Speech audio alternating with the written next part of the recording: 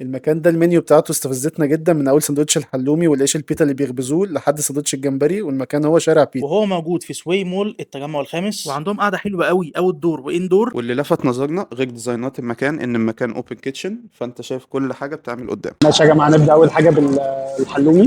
ده بيبقى في العيش بتاعهم اللي هو البيتا، في حلومي وفي بتنجان وفي طماطم وفي صوص، في توم، مش عارف في ايه تاني هنشوف، وبس والخضار يعني.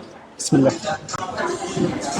الحلوم نضيفه قوي، الجبنه نفسها والزيت اللي متحمره فيه برده هادي، مش حاسس ان انا في طعم زيت مضايقني او حاجه.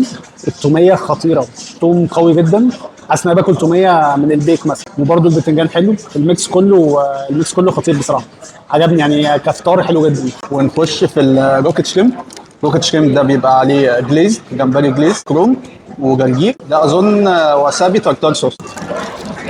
هو حلو قوي، هو جليز ده اظن في سويت تشيلي. السوا الجمبري السوا بتاعه حلو قوي، مش جمبري حاجه فروزن يعني. تارتار وسابي الصراحه مع الجرجير اللي هم حاطينه، الصراحه الميكس بتاع الصوص ده جامد قوي. نخش على شنيتزل، بيبقى عباره عن زي طبقه فراخ بانيه كده، بلا تتبيله الماني شويه، بيكلز وعليه خس ماستر بيبر صوص. الفراخ نفسها سواها كويس جدا مظبوط، نظيفه جدا. بريدنج اللي بره مش متبله جامد قوي، بس مقرمشه ورفيعه. بيكلز طعمها تحفه برده. بيبر ماستر صوص طعمه تحفه حلو جدا، مغطي سنه على طعم الساندوتش نفسه. نخش دلوقتي على البيلاف. ده بليت بيبقى عباره عن رز مبهر، الفرايز بتاعتهم والجريل تشيكن والتشيلي تشوري والكرانبيريز والمكسرات المحمصه والحاجات الحلوه دي. انا في ميكس دخل في بقي انفجر. نسينا يا جماعه نقول ان عليه بتنجان. بصل مدي طعم تقيل قوي حلو. حتى الرز لوحده طعمه بهارات حلو جدا.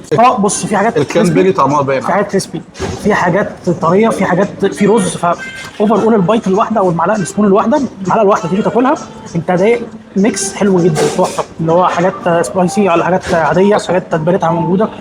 يعني اوفر اول مفيش حاجه اوفر باورنج في الطبق يعني. سوى الفراخ حتى مظبوط بتتبيلتها حلوه جدا. ان البطاطس بتاعتهم الصراحه جامده قوي، يعني محطوطه في كل حاجه وهم عاملينها حلو قوي بالتتبيله بتاعتهم. الفليفرز خطير يعني، في كذا حاجه وكذا تكستشر فكلهم مظبوطين.